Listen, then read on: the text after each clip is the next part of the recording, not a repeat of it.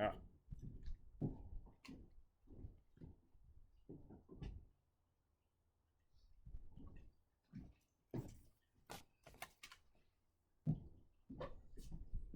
Alright, good morning. My name's Tim. I'm going to be your instructor for this lesson today. Before we get going on with the lesson of knot tying, being the bowline knot, I want to first acknowledge country. So I would like to acknowledge the elders and the First Nations people on the land that we're conducting this training today, past and present. Now that we've done that, before we get on to any lessons, I want to give you a quick safety brief. So first things first, in the unlikely event of any emergencies, okay, what we'll do is we'll pick up here, we'll actually venture out to the back behind you, okay, watch your step going down off the deck, around to the right, you then out the side gate, and then we'll move to the front of the road, down where the letterboxes are. You guys know where that is? Yeah. Okay. We'll do that in an orderly manner, and I will actually escort you down there, okay? Also, just be aware of the trip hazards around us. Once you stand up and start tying, I'm going to get you to use those posts, so just be careful of any of the trip hazards. I've moved all the trip hazards away, other than the deck itself.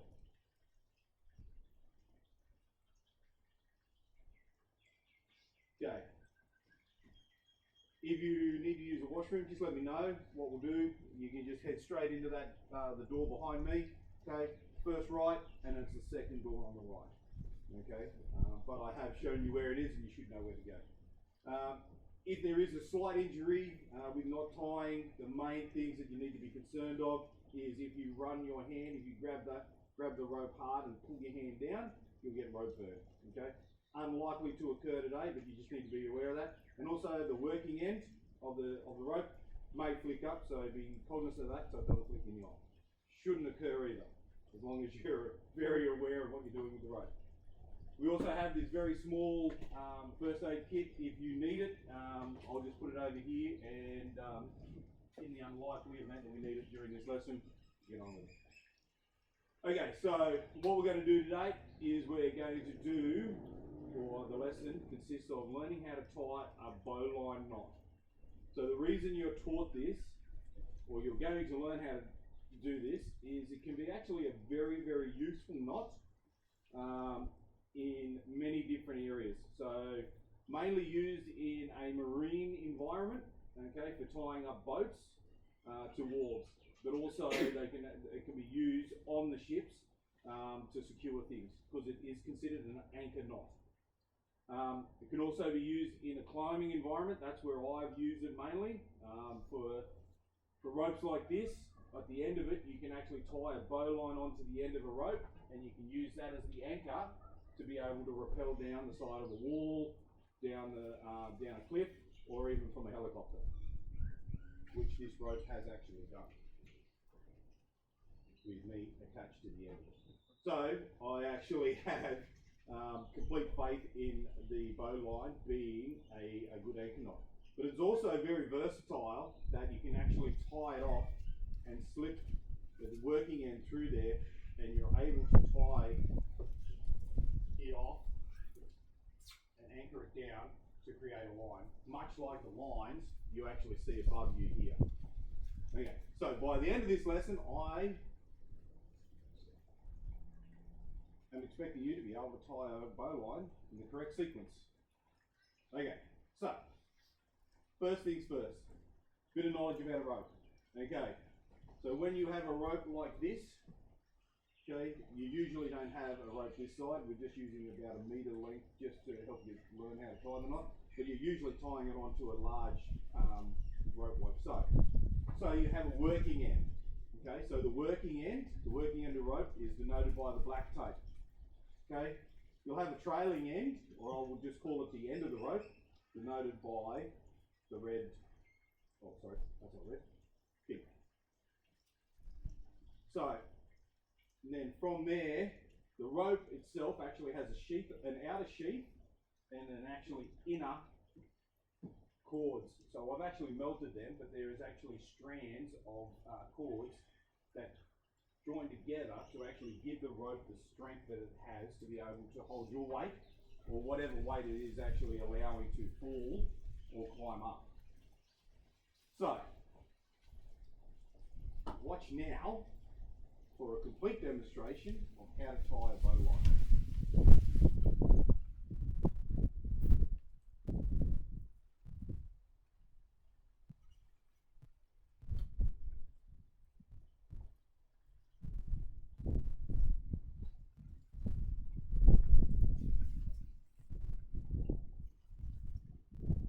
There's a lot of hand movements in there. So for the ease of teaching, what I'm going to do is I'm going to break it down to steps. Okay?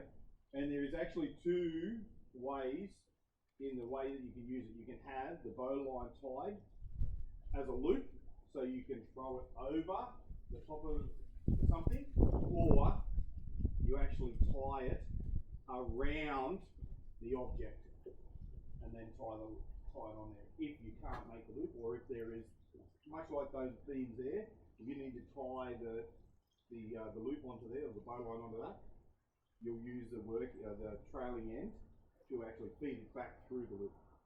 Does that make sense? Okay.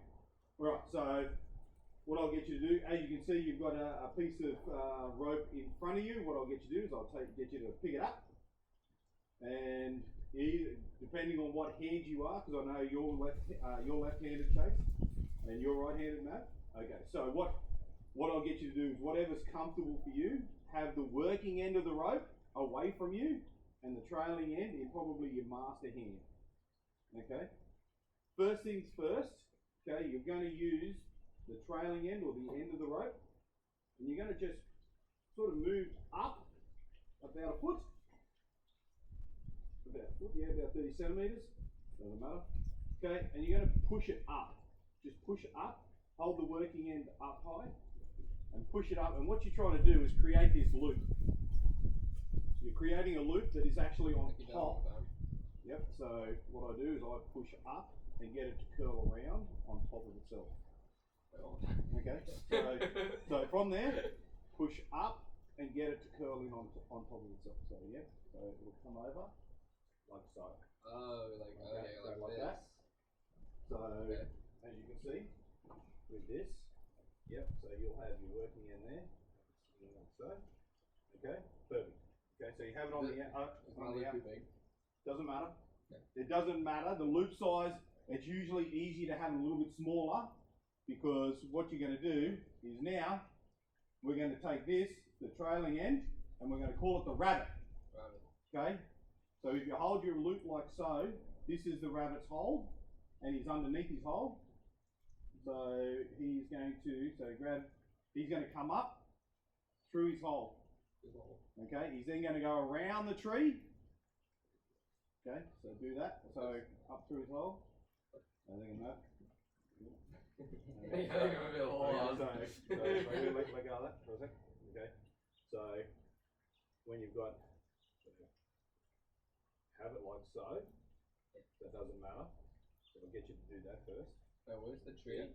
Okay, so this is the sorry. Let's get the one next one. Okay. So get it to that stage.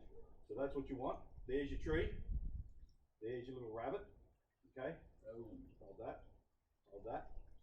Okay, so he's got to come up through the hole. Okay, so there's your tree. So your tree is the working end. Yep. Okay. He's going to come up through the hole, and he's going to go around the tree. Around the tree, like so. Behind the tree. Yep. So when he comes up through, yeah. Like that.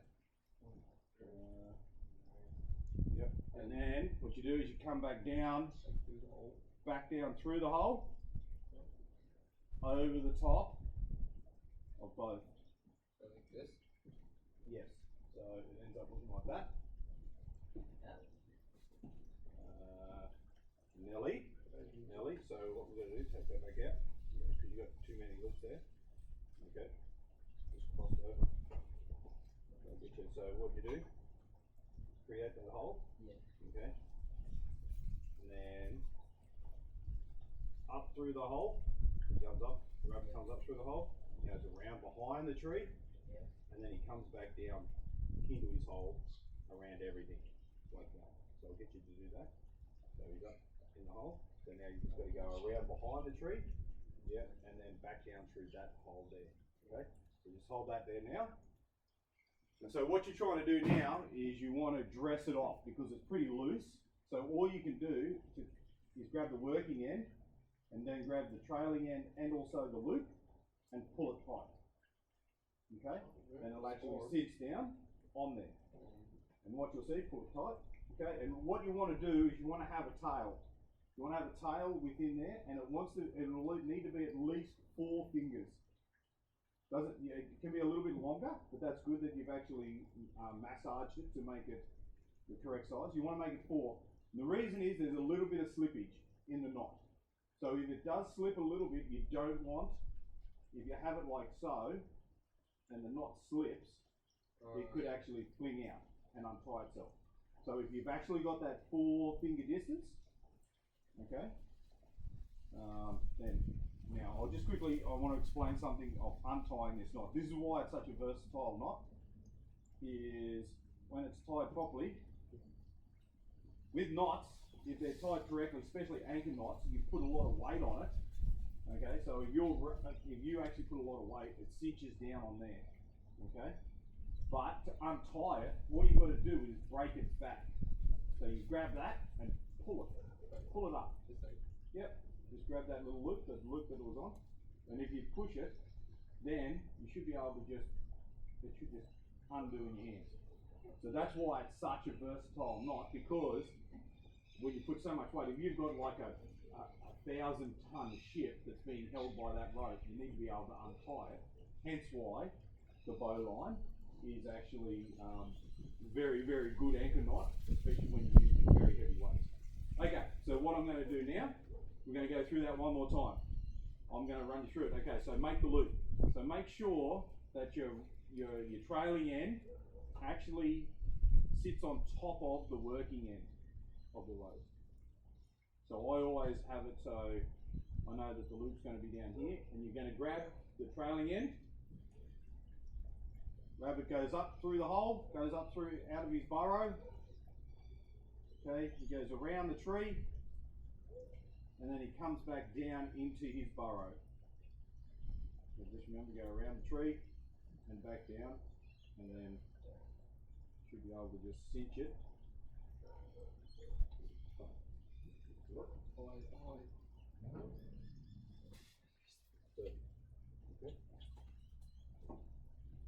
So what's the best way to untie that? No? So if you actually grab that loop, so pull that, cinch that down. You just grab that and push it the other way. Push it the other way. So it'll actually come loose. See how it just comes loose? How are you going, Trace? Okay. So yeah. All right.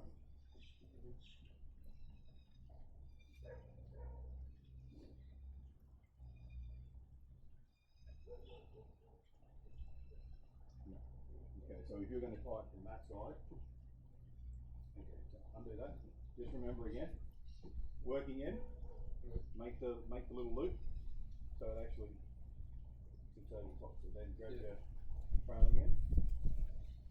Okay, you're going to go up through the hole, around the tree, and then back down into the hole. So it's actually got to touch. So, yeah. And back down there. Okay, perfect. And now all you do is you hold that tail and pull the working end. Give me a look. Okay, good.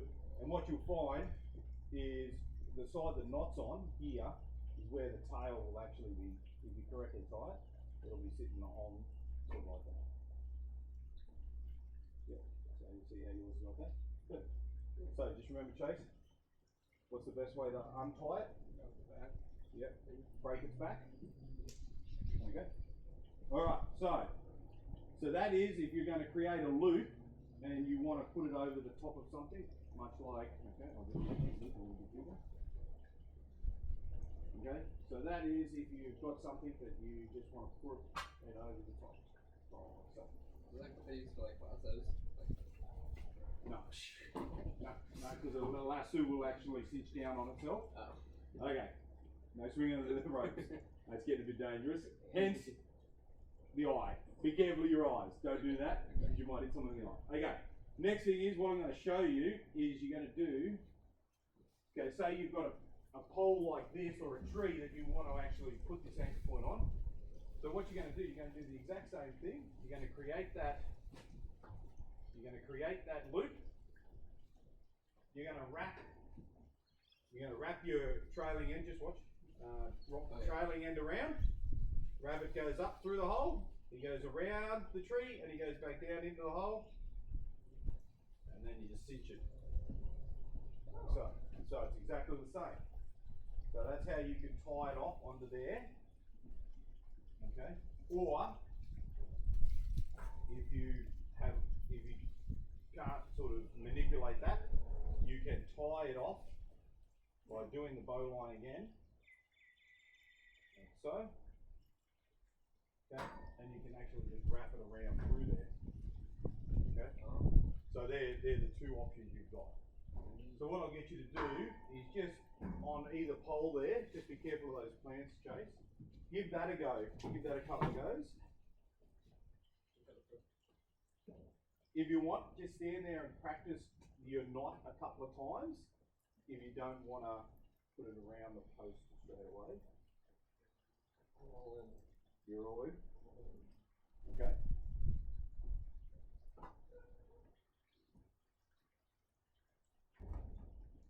Just remember the working end. Nelly, see how it doesn't, see how that is out there? It should be down there, so it's not correctly tied. Just give it another go. I can't make the things. No. Yep.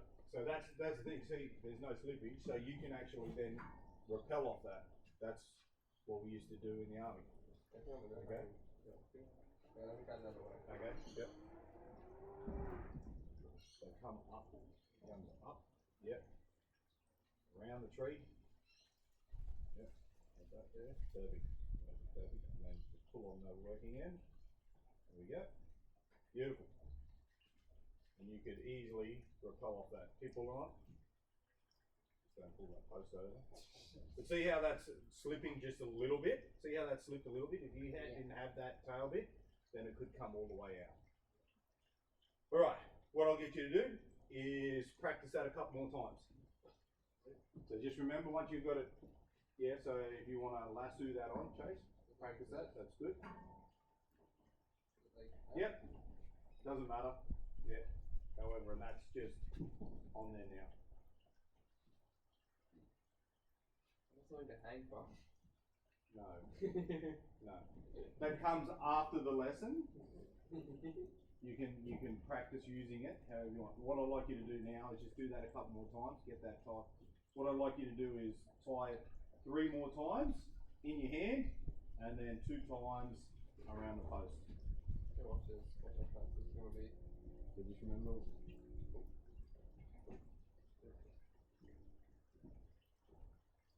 Just remember, slow is smooth, smooth is fast. It feels like a bear chase can get me to climb a tree. I don't need to go fast. Let's say that's smooth. What? Hold it.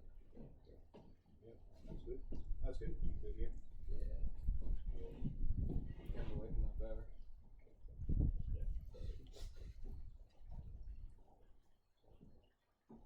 Around and then back down to the circle. Beautiful. Alright, I'll get you to do that 2 more times. No, that's really good.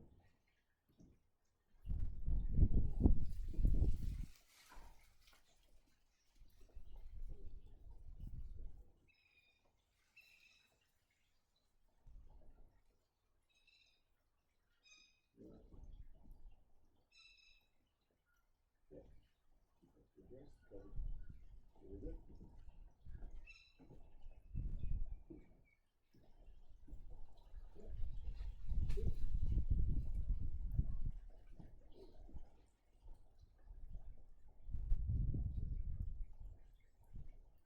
What I find guidelines for myself is I've got it where I remember that my bottom hand is going to push up and create that little loop, and then I just know that my master hand is then going to feed the trailing end of the rope or the end of the rope through to create that bowline.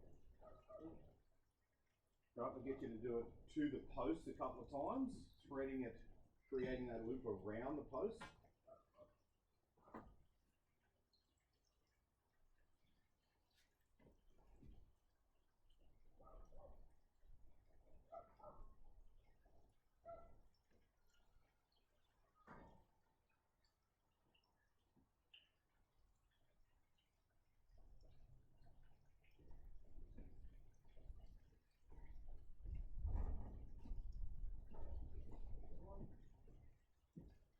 Yep, just want to pull off that one.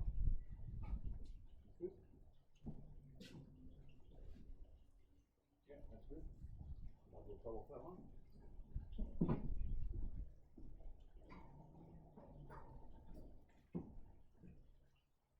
So now I want you to make a loop big enough to go over these two posts here. So that one's yours, Mav, that one's yours, Chase. So now you'll have to work out what size the loop is, or Can I just do this? you could. But what I want you to do is actually create the loop, so if it's actually too small, then you have to actually manipulate it. So if it's too small, okay, perfect, good. Yeah, okay, perfect. Because you can actually just push the working end of the rope through to make the loop longer by manipulating it around. I think mine's too small. Okay, so now what I want you to do is use the working end of the rope, push a bit more through, like break the back of the knot, and then just push the working end through, which will actually allow the knot to actually get bigger. Oh, sorry, the loop to get bigger.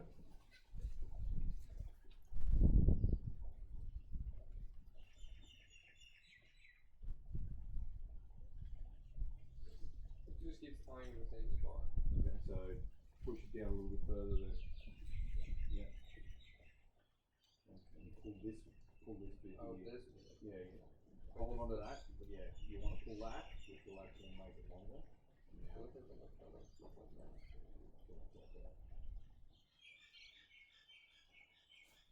So there. It is easier to get your loop right the first time, but if you don't, then you can actually use it. Takes a bit of practice. But Okay, put it the way. I'm going to get you to do that a couple more times.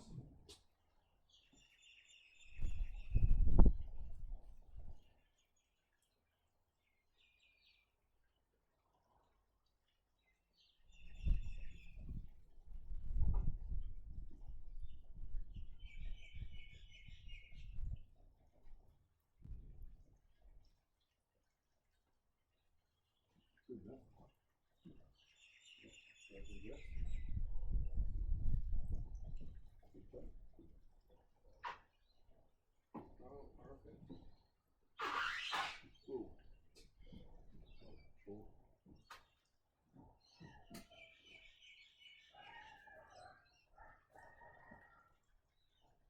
That's not gonna put it the other way. What's that? Yeah. That's my way. Just do this. Then like does the loop for you, you know? Yeah. So that, yes. Yeah.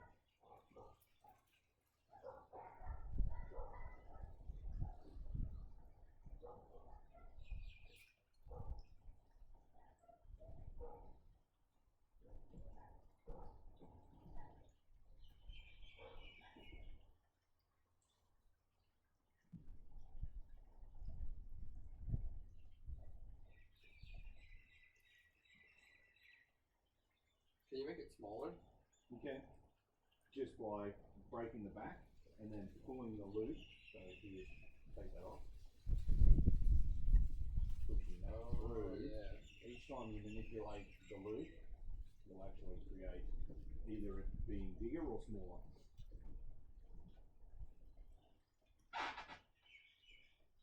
So I'll get you to do that just to make that loop bigger or smaller. So tie a bowline, and then I'd like you to make it the loop reasonably small, and then try to make it bigger by just manipulating the working end of the rope after breaking the back of that knot.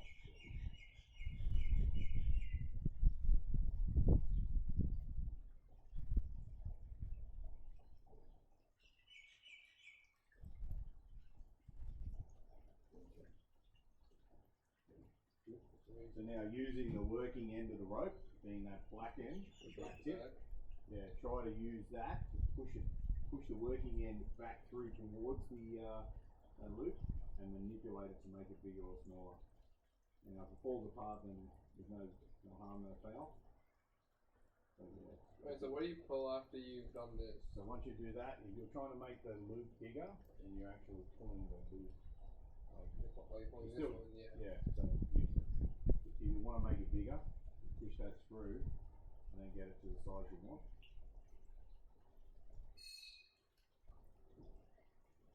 Okay, that's good.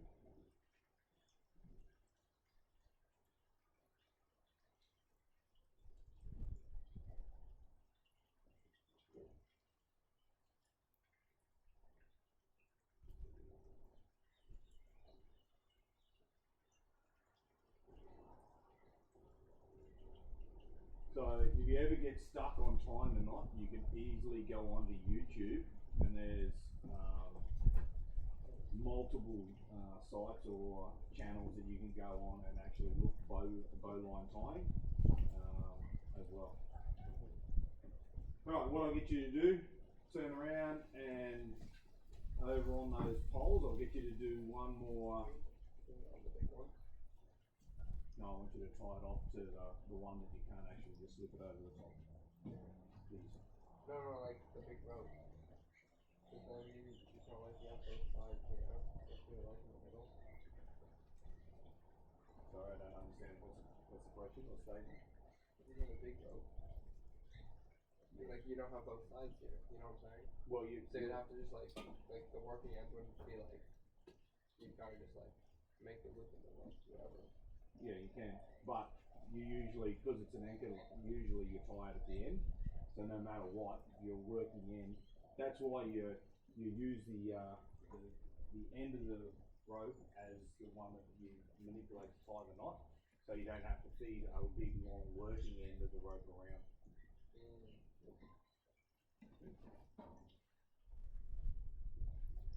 So what I mean by that, Chase, I'll just do that. So with this big rope, what I'm going to do is I'll just get you to watch this, right?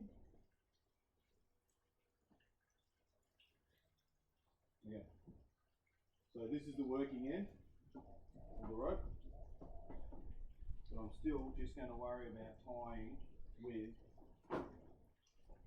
the trailing end, because I don't want to have to manipulate that. So I'm just using the working end, even though this knot's tied in it. I can like still the working end. So this is the working end down here. This is the trailing end. So I'm still always just tying with the trailing end. Yeah. So you don't actually have, that can actually stay tied together, or in the way that it's actually been folded up. Yeah. Yeah, that's what I was asking. Yeah, so you can always just use, that's why you always use the trailing end or the end of the rope to tie, because then you don't have to worry about feeding that through or anything. It's all just manipulated on that. Okay.